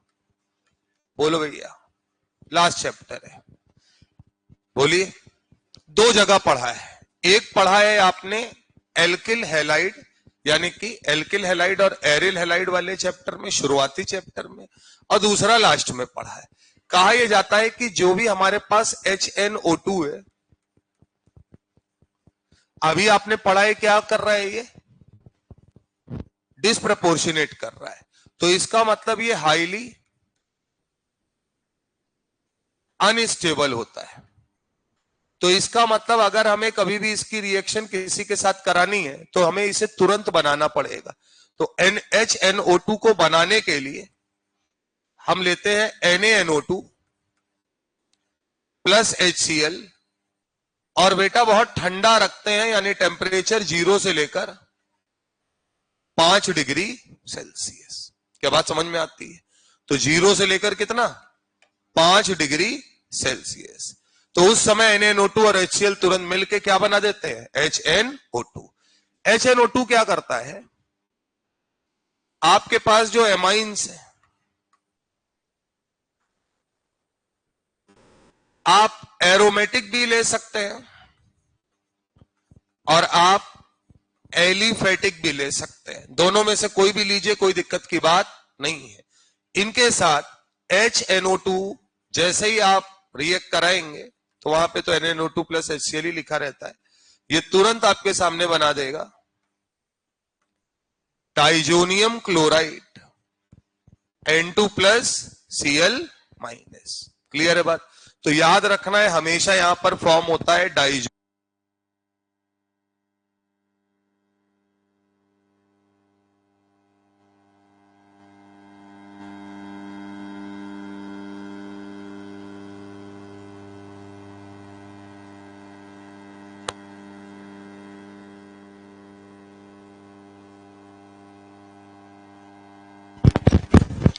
अब मेरी एक बात गौर से सुनना, बेंजीन रिंग में NH2 ग्रुप अगर लगाए, नॉर्मली तो कोई दिक्कत नहीं होती, लेकिन बेंजीन में अगर लगाए तो बेंजीन के साथ एक समस्या है, रेजोनेंस में अगर आ गए तो क्या यहां पार्शियल डबल बॉन्ड कैरेक्टर आ जाएगा और बॉन्ड को तोड़ना मुश्किल पड़ जाता है। तो कोई भी चीज अगर बेंजीन की खोपड़ी पर लगी हुई है तो याद रखिएगा, अगर कहीं रेजोनेंस हो गया, एक तो इस वजह से वो नहीं जा सकता, और दूसरा आप लोगों को रिएक्शन मैकेनिज्म में इतना पढ़ाया गया है कि बेंजीन रिंग पर पॉजिटिव चार्ज, बेंजीन रिंग पर नेगेटिव चार्ज या बेंजीन रिंग पर फ्री रेडिकल हाईली अनस्टेबल है, क्योंकि इनके होने की वजह से अंदर वाले रेजोनेंस पर फर्क पड़ना शुरू हो जाता है। क्या बात क्लियर है सर? तो इसका मतलब अगर हमें कभी हटाना है तो हम पहले किससे रिएक्शन कराएंगे? हमेशा HNO2 के साथ डाइजोनियम सॉल्ट का फॉर्मेशन करेंगे। इसके बाद एक रिएक्शन हम आपको याद करा दे रहे हैं, क्यूप्रस क्लोराइड Cu2Cl2 Cu2Br2, इनके साथ अगर कराएंगे तो याद रखना यहां है Cl-, यहां है Br-। डाइजोनियम सॉल्ट में एक व्यक्ति है जो बनने के बाद तुरंत तड़प रहा है, और याद रखना दुनिया का सबसे अच्छा लिविंग ग्रुप कौन है? मॉलिक्यूल। सबसे अच्छा लिविंग ग्रुप कौन है? मॉलिक्यूल। याद रखिएगा, जब भी कभी लीव कराना हो तो लिविंग ग्रुप हमेशा याद रखना, सबसे अच्छे लिविंग ग्रुप कौन होते हैं? जो मॉलिक्यूल्स हैं वो सबसे अच्छे हैं, और मॉलिक्यूल में दो तो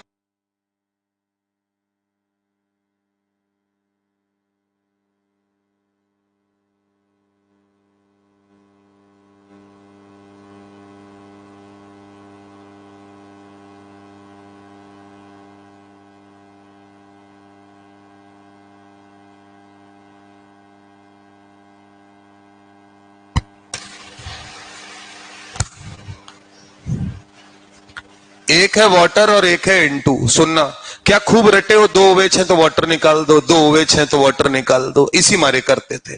तो अब एक और याद रखना, कौन? N2। अब ये समझो, ये एक अच्छा लिविंग ग्रुप है, बस ये इंतजार कर रहा है कि कोई बस आ जाए तो मैं चला जाऊं। तो इसका मतलब जब हमें बेंजीन पर कोई भी चीज जोड़नी है, और ध्यान रखना है कि ये एक अच्छा लिविंग ग्रुप है, तो यहां से क्या आप Cl- जनरेट करके भेजोगे तो तुरंत यहां क्या मिल जाएगा? क्लोरोबेंजीन। देखते जाना, और सुनोगे तो एक रिएक्शन से सब पकड़ लोगे। कल को अगर यहां Cu2Br2 लिया तो Br- गया तो क्या निकलेगा? ब्रोमोबेंजीन। कल को अगर आप यहां से OH- प्रोड्यूस कर पाए तो OH- के साथ कराओगे तो क्या मिलेगा? फिनॉल। बोलो मेरे लाल। और इन सब से भी मन ना भरे तो अगर आप कोई रिड्यूसिंग एजेंट ले लें जिसके पास H- हो, तो क्या वो H- अटैक कराएगा तो क्या यहां H आ जाएगा, यानी क्या बन जाएगा? बेंजीन। बात समझ में आती है सर? इस रिएक्शन को आप लोग पढ़ते थे सैंडमेयर रिएक्शन के नाम से।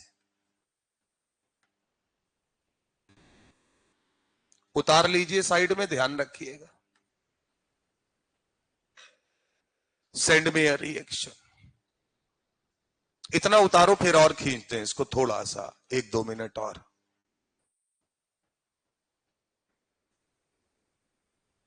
मामला पकड़ में आ रहा है कि नहीं? तो इतना याद रखना है बस तुमको, क्योंकि सबसे बड़ी समस्या बेंजीन रिंग के साथ यह है कि अगर डायरेक्टली कोई ग्रुप ऐसा जुड़ गया जो रेजोनेंस में इन्वॉल्व है, एम इफेक्ट शो कर रहा है, तो फिर वहां पे पार्शियल डबल बॉन्ड कैरेक्टर आता है, और बॉन्ड तोड़ना मुश्किल है। बहुत सिंपल कहानी है, चाहे रेजोनेंस हो या ना हो, नहीं भी होगा तो भी जो चार्ज आएगा वो अनस्टेबल ही होगा, तो आप फिर नॉर्मल कोई रिएक्शन करा नहीं पाएंगे। तो एमाइन अमाइन वाली रिएक्शन में तो पहला काम यही करना है अपने को।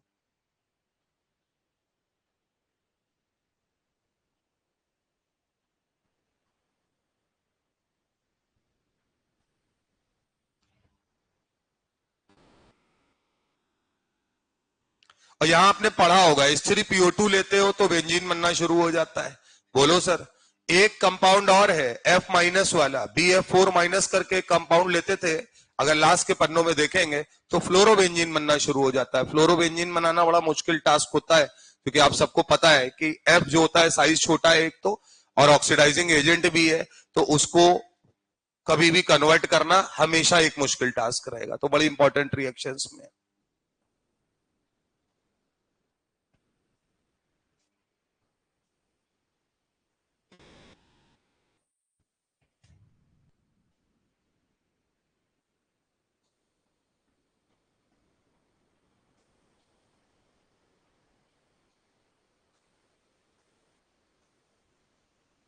यहां तक समझ में आता है? इधर सुनते जाओ, इधर देखो, क्या ये भी डाइजोनियम क्लोराइड बनाएगा? और RNH2 हुआ तो वो भी डाइजोनियम क्लोराइड बनाएगा। सुनते जाइएगा बात को, इतने से पकड़ लेंगे बढ़िया बात। ये बताइए साहब, बेंजीन के साथ डाइजोनियम क्लोराइड बन गया, फिर तुमने कहा N2 से कि जा क्यों नहीं रहे हो? अरे बोले जाने नहीं दे रहा है, क्योंकि बेंजीन पर पॉजिटिव चार्ज हाईली अनस्टेबल, तो वो कहेगा जब तक कोई आएगा नहीं तब तक तुम जाओगे नहीं। तो इसका मतलब है ये कौन सी रिएक्शन परफॉर्म करता है? न्यूक्लियोफिलिक सब्स्टिट्यूशन रिएक्शन, अदला बदली हो जाएगी। ठीक बात। अब इनकी सुनना कहानी। RNH2 अगर इन्होंने बनाया RN2 प्लस Cl माइनस, इनसे पूछा गया हाँ भैया, बोले जाओ जाओ, तो N2 बाहर, हर केस में N2 बाहर होगा। N2 बाहर और ये किस में आ गए? R प्लस में। तो हम सबको पता है R प्लस तो कार्बोकटायन होता है, और कार्बोकटायन है तो 1 डिग्री है, 2 डिग्री है, 3 डिग्री है, तो वो अपने आप को संभाल सकता है। यानी ऐसी परिस्थिति में जब भी अपन ये रिएक्शन किसी एलिफेटिक एमाइन के साथ कराएंगे तो उस समय अपन कार्बोकटायन बनाएंगे। और इतना पढ़ा है कि कार्बोकटायन अपने आप को क्या कर सकता है? रीअरेंज कर सकता है, यानी वहां कई सारे प्रोडक्ट अलग अलग मिल सकते हैं। क्या मेरी बात समझ में आती है सर? लेकिन यहां ध्यान रखना, यहां ये चौधरीपन मत दिखाना, नहीं तो गड़बड़ा जाएगा दोस्त, क्योंकि रिंग के ऊपर कभी भी चार्ज स्टेबल नहीं। तो यहां खेल फटाफट वाला है। क्लियर है मामला? चलिए सर, PF6 माइनस एग्जिस्ट कर रहा है। अगली कहानी वही फालतू कहानी, सिर्फ पढ़ना है, सब पढ़ा दिया है ये सब। अभी गाना गाएंगे तो तुम्हें दिखेगा सब। क्या कह रहे हैं? एनॉमलस प्रॉपर्टी, एनॉमलस मतलब नियम विरुद्ध प्रॉपर्टी। क्या क्या है?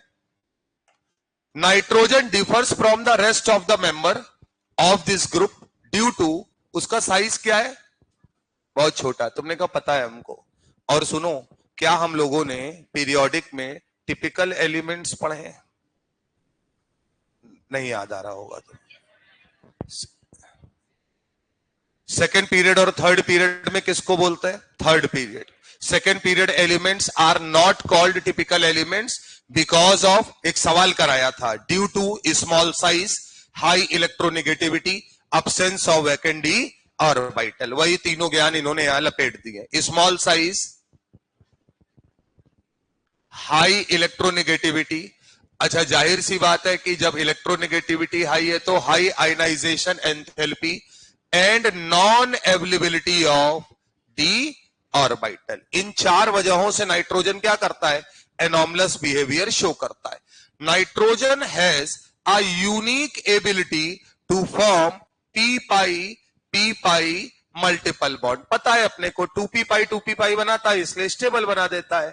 आगे लिखा है विद इटसेल्फ, खुद के साथ भी बना सकता है, and with other elements having small size and high electronegativity. Carbon और ऑक्सीजन के साथ भी नाइट्रोजन आराम से कंपाउंड फॉर्म करता है। कार्बन के साथ नाइट्रोजन का कोई एक कंपाउंड बताओ। हम ठूसा मार देंगे, कंपाउंड पूछ रहे हैं हम। HCN, ये चली बात। और साइनोजन गैस, बोलो चाचा क्या है? साइनोजन गैस, CN का होल ट्वाइस। वो भी तो मॉलिक्यूलर फॉर्म होनी चाहिए ना, चीज एग्जिस्ट भी तो करने। CN माइनस थोड़ी बोल दोगे। हाँ ये बोलो, आयन पूछे तो CN माइनस बन सकता है। ऑक्सीजन के साथ तो दुनिया भर के बना रहा है, उसमें कोई दिक्कत ही नहीं है। ठीक है, आगे लिखा है heavier elements of this group do not form p pi bond as their atomic orbitals are so large। जाहिर सी बात है, एटॉमिक ऑर्बिटल बढ़ जाएगा तो ओवरलैपिंग का एक्सटेंट घट जाएगा, बॉन्ड कैसा होगा? वीकर होगा। इसलिए लोग p pi बॉन्ड नहीं बना रहे। And diffuse that they can not have effective overlapping, thus nitrogen exist as a diatomic molecule. पढ़ाया है why N2 exist but P2 not exist, तो उसके पीछे की कहानी सामने लिखी हुई। आगे आते हैं, विद अ ट्रिपल बॉन्ड। ठीक है, और एक S और दो P के बीच में with two atoms, consequently it's bond enthalpy 941.4 kilojoule पर मोल इज वेरी हाई। खुद सोचो, N2 में नाइट्रोजन नाइट्रोजन बॉन्ड को तोड़ने के लिए 941 किलोजूल पर मोल एनर्जी चाहिए, हाइड्रोजन में 436 किलोजूल पर मोल एनर्जी चाहिए थी। तो अपन बोलते थे ज्यादा होती है, सिंगल बॉन्ड सबसे ज्यादा स्टेबल है। तो इसका मतलब नाइट्रोजन किसी के साथ जब रिएक्ट करने जाएगा तो वहां पर इतनी एनर्जी अवेलेबल होनी चाहिए, इसलिए सारे एलिमेंट नाइट्रोजन के साथ आसानी से रिएक्ट नहीं कर पाते। क्लियर है मामला? जो भी आपकी चिप्स ठूसते हो और पैक्ड मटेरियल जितना लपेट ले रहे हो, चिप्स हो गया, बर्गर हो गया, सब पैक होके आ रहा है, सील पैक है, दालमोट आलमोट धक्का धक खाए पड़े हो, बोलो बिस्किट अभी जाओगे फटाक से दुकान से लेके चबाना शुरू कर दोगे। उन सब में अगर बात की जाए तो ये जो आप बोलते नहीं वैक्यूम पैकिंग, उस वैक्यूम पैकिंग के साथ साथ कौन सी पैकिंग में क्या मौजूद है? नाइट्रोजन। बात समझ में आ रही है? हाँ।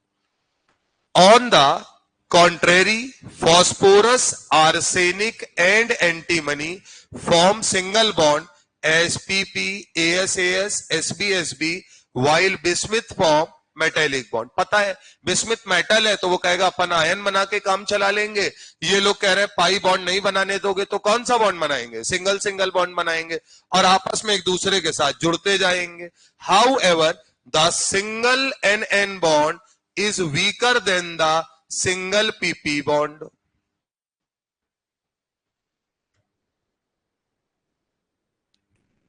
तुम्हारे साथ सबसे अच्छी चीज मालूम क्या लगती है हमको? तुम इतने अच्छे बच्चे हो कि तुमने सब पढ़ा, जो भी वो 2 दिन पुराना भी तुमको याद नहीं। इतने अच्छे बच्चे हो। अब एक बात बताना सर, अगर हम NN और PP में बात करेंगे तो मैंने बोला था कि जब बॉन्ड एनर्जी का टर्म आए तो लोन पेयर रिपल्सन को कंसीडर करना, जब बॉन्ड लेंथ की बात आए तो लोन पेयर रिपल्सन को कंसीडर मत करना। बहुत क्लियर कट बात समझाइए। तो इसका मतलब क्या, इसी वजह से हम लोग यहां पर बॉन्ड लेंथ का टर्म ना लेकर बॉन्ड एनर्जी का जब टर्म देखते थे तो किसकी बॉन्ड एनर्जी ज्यादा होती थी? P सिंगल बॉन्ड P की N सिंगल बॉन्ड से N से क्या रहेगी? ज्यादा। उसका रीजन, क्योंकि यहां पर क्या पाया जाता था? Inter electronic repulsion. उसी के बारे में ये बात कर रहा है। ठीक है ना? आगे आते हैं। Bond because of high inter electronic repulsion of the non bonding electrons owing to the small bond length, जिसकी वजह से क्या है? इधर देखिए, inter electronic repulsion of the non bonded electrons owing to the small bond length. क्या बोल रहा है? सुनते जाओ, बहुत बढ़िया चीज है। ये कह रहा है क्या कि फॉस्फोरस की बॉन्ड एनर्जी नाइट्रोजन से क्या है? ज्यादा है, लेकिन नाइट्रोजन में बॉन्ड लेंथ फॉस्फोरस के रिस्पेक्ट में क्या है? कम है। तो बॉन्ड लेंथ कम होने के बाद भी यहां रिपल्सन होने की वजह से बॉन्ड एनर्जी क्या हो गई है इसकी? कम। वरना बॉन्ड लेंथ कम होने की वजह से बॉन्ड एनर्जी ज्यादा होनी चाहिए थी। इतनी लाइन समझ में आ रही है कि नहीं आ रही है? तो ये नहीं कि बस इतना पढ़ के फटाक से निकल गए। कह रहा है PP में बॉन्ड एनर्जी NN से ज्यादा है, जबकि NN का साइज PP से छोटा है, बॉन्ड लेंथ कम है। रीजन, बॉन्ड लेंथ कम होने के बावजूद भी बॉन्ड एनर्जी डिसाइड नहीं हो रही है, क्योंकि क्या लग रहा है इनमें? Inter electronic repulsion. ठीक बात है। As a result catenation tendency is weaker, और इस वजह से कैटिनेशन प्रॉपर्टी क्या होती है इसकी? कम होती है। कैटिनेशन का मतलब क्या होता है? अपने ही एलिमेंट के साथ जुड़कर वेरियस कंपाउंड बनाने की टेंडेंसी। बात समझ में आती है? तो नाइट्रोजन क्या करता है? एक के साथ जुड़ा और पाई वाई बॉन्ड बना के वहीं खेल खत्म। फॉस्फोरस पाई बॉन्ड बना नहीं सकता, तो ऑक्टेट पूरा करने के लिए इनको क्या करना पड़ेगा? और एलिमेंट्स की जरूरत पड़ेगी। तो जो इनकी कैटिनेशन पावर है वो काफी ज्यादा रहेगी फॉस्फोरस की, आर्सेनिक की, तभी एलोट्रोप्स दिखा रहे। तो इतनी बात ध्यान रखनी है। आप उतारना चाहो तो कुछ देख सकते हो तो उतार सकते हो, रंग तो हमने पूरा ही दिया है। देखो, हम एक एक लाइन तुमको इसलिए पढ़ा रहे हैं कि तुम हमको ये ना बोलो कि कायदे से तो तरीका ये है कि इसमें ये बोल दिया जाए कि आप इसको पढ़ लीजिएगा, आप कितने काबिल है हमको मालूम है, हम नहीं मानते 1%। और इसमें ये भी मैं बता दूं, मैं कितना भी तुमको इसको हटा के पॉइंट वाइज लिखा दूं, वो मैं यहीं का यहीं लिखाता चलूंगा तो आपको याद भी आता जाएगा और आप भविष्य में स्टेटमेंट पकड़ पाएंगे, देख पाएंगे। ठीक बात है। इस पूरे पैराग्राफ को एक बार जल्दी से देखो और देख के जरा जो पूछे वो बताओ हमको।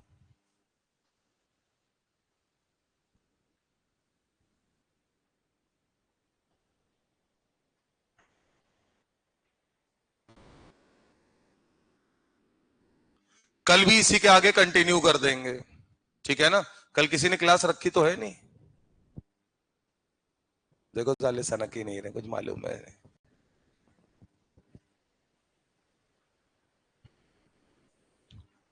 11 बजे से रख देंगे, 11 से 1 है। बोलो। हाँ क्या है, उससे हमें नहीं मतलब। हाँ करवा चौथ तो है, ये तो है, त्योहार तो साला तुम्हारा बहुत बड़ा है कल। और कल कुछ ऐसा नहीं है, मैं बताऊं, कुछ ऐसे लल्लू टाइप आदमी हैं जो व्रत रखेंगे, लिटरली मैं बता रहा हूं साले, रखेंगे रखेंगे। वो पानी नहीं पिएंगे और बिल्कुल, क्या बताएं यार भाई, जिंदगी तुम बता तो रहे हैं बर्बाद किए, तुम्हारा कुछ हो नहीं सकता है।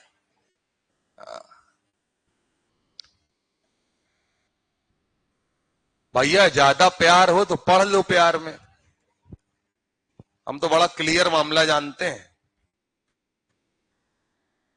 ये सब कहने की बातें होती हैं, क्या मालूम है कि प्यार के सहारे जी लेंगे, नहीं जी पाओगे, फैक्ट है, नहीं जी पाता। हम एग्जाम्पल बता रहे हैं क्या, 2019, 20, 21, 22, 23, 24, 6 साल हो गए शादी को, बात समझो। और पूछा जा रहा है क्या दोगे,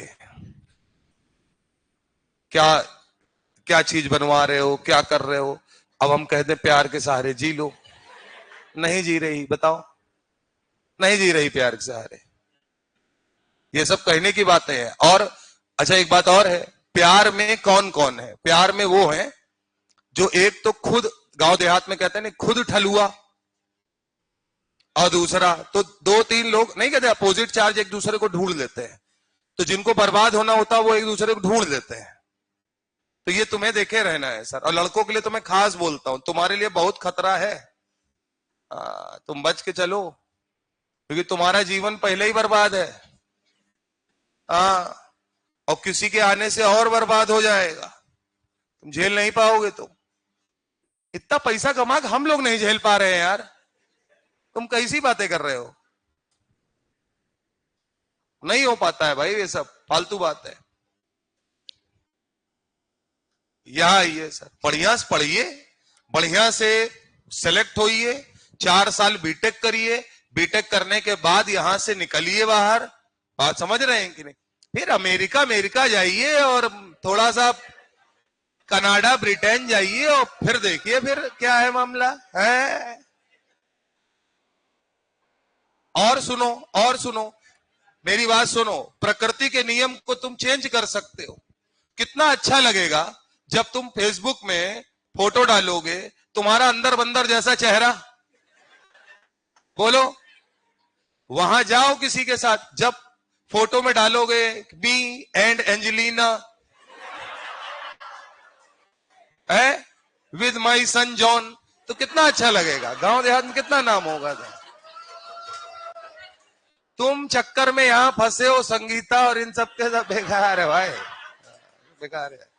इधर आओ, तो 11 से 1 आ जाना, व्रत रख के, कोई दिक्कत वाली बात नहीं है। इधर आ जाइए, आगे लिखा है अनदर फैक्टर, इधर आओ बेटा, विच affect the chemistry of nitrogen is the absence. अब देखो ये फिर से मेरी बात सुनना, ये क्या करेंगे, मैंने जो तुमको एक लाइन बताई है, बात समझो, मैं तुम्हें वो बता रहा हूं जो टीचर छुपा के रखता है। मैंने शुरुआत में बोला है, साला पूरी केमिस्ट्री में बार बार बेवकूफ बनाएगा, जब भी सेकंड पीरियड एलिमेंट कुछ नहीं कर पाएगा तो वो हमेशा क्या बोल देगा, अब्सेंस ऑफ डी ऑर्बिटल। देखो ये अब आ गए, इन्होंने कहा another factor which affect the chemistry of nitrogen is the absence of d orbital in its valence shell besides restricting its the covalency of 4। यानी कि ये 4 से ज्यादा बॉन्ड नहीं बना पा रहा है, मतलब कि क्योंकि इसके पास खाली डी ऑर्बिटल नहीं है, जिसकी वजह से ये बेचारा पी पाई डी पाई बॉन्ड नहीं बना पा रहा। तो nitrogen can not form p pi d pi bond. आपसे अगर पूछे नाइट्रोजन कौन सा बॉन्ड बना सकता है, तो पी पाई। कौन सा नहीं बना सकता है, पी पाई डी पाई, क्योंकि due to absence of vacant d orbital. आगे लिखा है as the heavier element can R3PO या R3P डबल बॉन्ड CH2, इसको आगे चल के पढ़ेंगे, बढ़िया रिएक्शन है इलाइड की। ये डबल बॉन्ड CH2 दे देता है किसी को और उसे एल्कीन में कन्वर्ट कर देता है। तो अगर हम बात करें तो ये P डबल बॉन्ड हो और P डबल बॉन्ड CH2 में कौन सा पाई बॉन्ड है?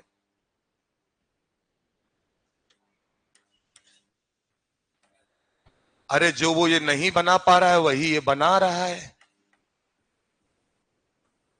और सुन लो, तुम इतना सोच रहे हो, क्या ये बताओ फास्फोरस का hybridisation 3 sigma 4 sigma, 4 sigma 0 lone pair है यानी sp3 है, और जब sp3 होता है तो जो पाई बॉन्ड बनता है वो कौन सा वाला बनता है, p पाई d पाई। सारे बॉन्ड कौन से वाले हैं, p पाई d पाई, तो एक ही बना रहा है अभी। तो आगे लिखा है phosphorus and arsenic can form d pi bond, यानी फास्फोरस और आर्सेनिक ये और क्या बना सकते हैं, डी पाई बॉन्ड भी बना सकते हैं। Also with transition metal when there compound likes PCH2 का होल थ्राइस, AsC6H5 का whole thrice act as a ligand. सुनते जाइएगा, आपने कोऑर्डिनेशन कंपाउंड पढ़ा, ये किसकी बात कर रहा है, ये कह रहा है कि अगर PC2H5 का होल थ्राइस है और यहां कोई डी ब्लॉक एलिमेंट है, तो क्या ये अपना लोन पेयर इसको डोनेट कर देगा, बोलिए सर। और इस डोनेशन के बाद से फिर वापस इनके बीच में कौन सा बॉन्ड बनना शुरू हो जाता है, डी पाई बॉन्ड का फॉर्मेशन होता है। लेकिन याद रखना ये तब बना पाएंगे जब ये किसकी तरीके काम करेंगे, लिगेंड्स की तरीके, और ये किसको अपना लोन पेयर दे रहे होंगे, ट्रांजिशन मेटल में। यानी मैं ये बोल सकता हूं कि जब ये कॉम्प्लेक्स कंपाउंड की तरह में एज अ लिगेंड काम करते हैं तो ये काम करते हैं। ठीक बात है। कल की क्लास याद रखिए सर, 11 से 1।